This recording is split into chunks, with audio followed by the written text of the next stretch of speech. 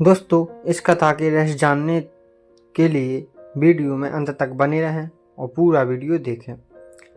कृष्ण और जरा की कथा अत्यंत मार्मिक और गूढ़ है, जो हमें जीवन और मृत्यु के रहस्यों के साथ साथ भगवान की लीलाओं का गहन दर्शन कराती है। यह कथा द्वापर युग के अंत और कलयुग की शुरुआत से जुड़ी हुई है, जब भगवान श्री कृष्ण ने धरती पर अपने कार्य पूर्ण कर लिए और उनका अवतार समाप्त होने को आया। तब उन्होंने अपनी लीलाओं के माध्यम से यह दिखाया कि अवतार भी नियति और काल के बंधन में बंधे रहते हैं। द्वापर युग के अंत में महाभारत युद्ध समाप्त हो चुका था। पांडवों ने धर्म की स्थापना की और राज्य को उचित मार्ग पर चलाना शुरू कर दिया। श्री कृष्ण ने अपने जीवन का उद्देश्य पूरा किया। उन्होंने अधर्म का नाश किया, दुर्योधन और कौरवों के अहंकार को तोड़ा, भीम और द्रोण जैसे महापुरुषों के जीवन का गूढ़ अर्थ समझाया और अर्जुन को गीता का ज्ञान दिया। लेकिन युद्ध समाप्त होने के बाद द्वारका में एक नई समस्या खड़ी हो गई। दोस्तों, इस कथा के रहस्य अनजान है जो आप लोगों ने आज तक नहीं सुने होंगे, तो हमारे चैनल को लाइक एवं सब्सक्राइब जरूर कर लें। युद्ध के बाद यादवों का अहंकार बढ़ने लगा। श्री कृष्ण की उपस्थिति में वे अजेय महसूस करते थे, लेकिन धीरे धीरे उनमें मद, अभिमान और अहंकार उत्पन्न हो गया।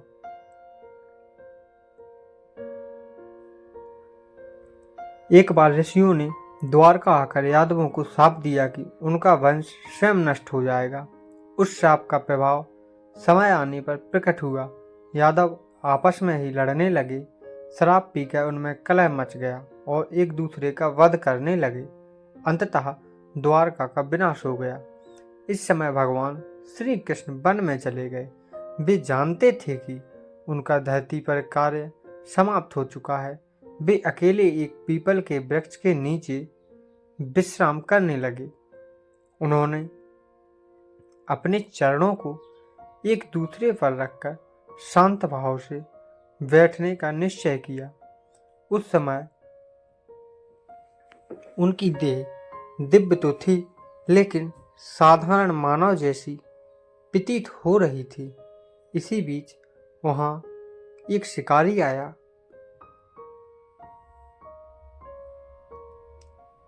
जिसका नाम जरा था।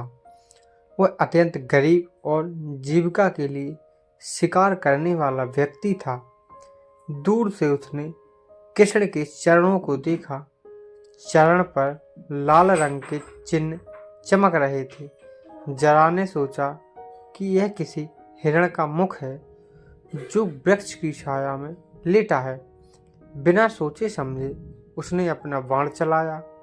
बाण जाकर कृष्ण के चरण में लगा। जैसे ही जरा पास आया, उसने देखा कि वह तो कोई पशु नहीं, बल्कि स्वयं भगवान श्री कृष्ण है। यह देखकर वह भयभीत हो गया। उसके शरीर में कंपकपी छूट गई। उसने हाथ जोड़कर बार बार क्षमा मांगी और कहा, प्रभु, मुझसे बहुत बड़ा अपराध हो गया है। मैंने अज्ञानवश आपको बाण मारा है। मुझे दंड दें, मैं पापी हूँ। तब भगवान श्री कृष्ण मुस्कुराए। उनके चेहरे पर करुणा और शांति झलक रही थी। उन्होंने जरा से कहा, बस, तुमने कोई अपराध नहीं किया है। यह सब पहले से ही नियत था। रामावतार में बाली को मैंने छिपकर बाण से मारा था, उसी का यह परिणाम है। उस समय तुम बाली थे और आज जरा के रूप में जन्मे हो। यह कर्मों का फल है। चिंता मत करो, तुम्हें कोई दोष नहीं लगेगा।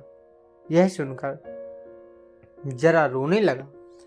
कृष्ण ने उसे सांत्वना दी और कहा, तुम्हें स्वर्ग की प्राप्ति होगी, यह मेरा आशीर्वाद है। इसके बाद भगवान ने धीरे धीरे अपनी देह का परित्याग किया। जब उनका प्रकाशमय स्वरूप देवलोक की ओर जाने लगा तो धरती हिल उठी। देवताओं ने आकर पुष्प वर्षा की और आकाश में दिव्य ध्वनि गूंजी। द्वापर युग का अंत हुआ और कलयुग का आरंभ। दोस्तों, मेरे चैनल को लाइक सब्सक्राइब जरूर करें और वीडियो को एंड तक सुनें। कहानी जारी रखते हुए इस प्रकार श्री कृष्ण ने जरा को अपने मोक्ष का साधन बनाया। यह घटना केवल मृत्यु का प्रसंग नहीं थी, बल्कि एक गहन संदेश था। भगवान ने दिखाया कि कर्मों का फल अवश्य मिलता है। उन्होंने यह भी बताया कि अवतार लेकर जब वे धरती पर आते हैं तो मानव शरीर धारण करते हैं और उसके नियमों का पालन करते हैं। यही कारण है कि उन्होंने स्वयं मृत्यु को स्वीकार किया। कृष्ण और जरा की कथा यह भी सिखाती है कि मृत्यु कोई अंत नहीं है, बल्कि एक नई शुरुआत है।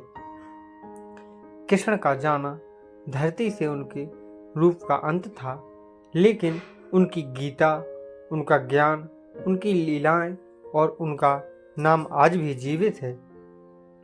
वे हर युग में भक्तों के हृदय में जीवित रहते हैं।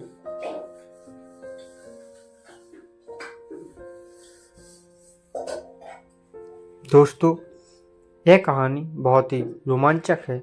यह प्रसंग हमें जीवन की नश्वरता का बोध कराता है। चाहे कितने भी महान क्यों न हो, शरीर का अंत निश्चित है, केवल आत्मा अमर है। कृष्ण का जाना यही संदेश देता है कि जीवन एक यात्रा है और हर यात्रा का एक अंत होता है, लेकिन उस अंत के बाद भी आत्मा पुनः नई यात्रा प्रारंभ करती है। यही कारण है कि जब जरा ने कृष्ण को बाण मारा तो यह केवल एक शिकारी की भूल नहीं थी, बल्कि नियति की योजना थी। भगवान स्वयं भी उस योजना का हिस्सा थे। उन्होंने जरा को दोषी नहीं माना, बल्कि उसे मोक्ष का मार्ग दिया। यही उनकी करुणा और महिमा है। दोस्तों, एंड तक वीडियो जरूर देखें और वीडियो के बारे में अपनी राय दें। श्री कृष्ण की यह कथा भक्तों के हृदय को द्रवित करती है और यह बताती है कि भगवान का अवतार केवल एक युग तक सीमित नहीं रहता।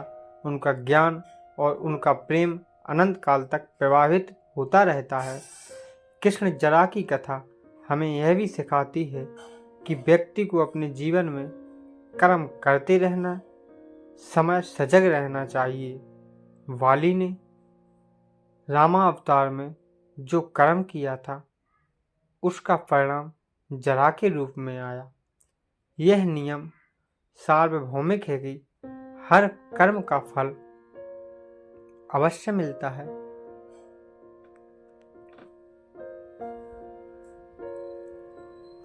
इस कथा का दर्शन अत्यंत गहन है। भगवान का जीवन केवल लीलाओं का क्रम नहीं, बल्कि आत्मा को मुक्ति का मार्ग दिखाने वाला उदाहरण है। आप लोग बताइए कि एक कथा आप लोगों ने कहीं और सुनी है और पूरी जानकारी की है। कृष्ण जरा का प्रसंग इस सत्य को पुष्ट करता है कि भगवान भी समय और कर्म के नियम से परे नहीं जाते। वे केवल उसे हमारे सामने स्पष्ट करते हैं। कृष्ण का शरीर तो समाप्त हुआ, लेकिन उनकी आत्मा, उनका संदेश और उनकी करुणा अनंत है। यही कारण है कि आज भी उनके नाम का स्मरण होते ही हृदय में प्रेम और शांति का संचार होता है। उनकी गीता का ज्ञान आज भी जीवन का पथ प्रदर्शक है और रहेगा। इस प्रकार कृष्णा और जरा की कथा केवल एक शिकारी और भगवान की घटना नहीं, बल्कि नियति, कर्म और मोक्ष की अद्भुत कथा है, जो सदैव मानव जीवन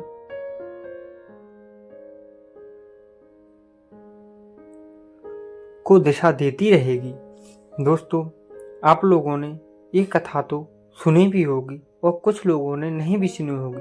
तो कमेंट बॉक्स में बताएं कि यह कथा आपको कैसी लगी और साथ ही मेरे चैनल को लाइक, सब्सक्राइब एवं शेयर जरूर करें। धन्यवाद दोस्तों। मैं आपके लिए इसी प्रकार की रहस्यमयी और पौराणिक कथाएं लेकर हाजिर होता रहूँगा और आपको मनोरंजन कराऊंगा। दोस्तों, इसी के साथ मेरे चैनल को लाइक, सब्सक्राइब एवं शेयर जरूर करें। दोस्तों, आपको पता है कि ऐसी कोई समस्या नहीं जिसका हल गीता में ना हो।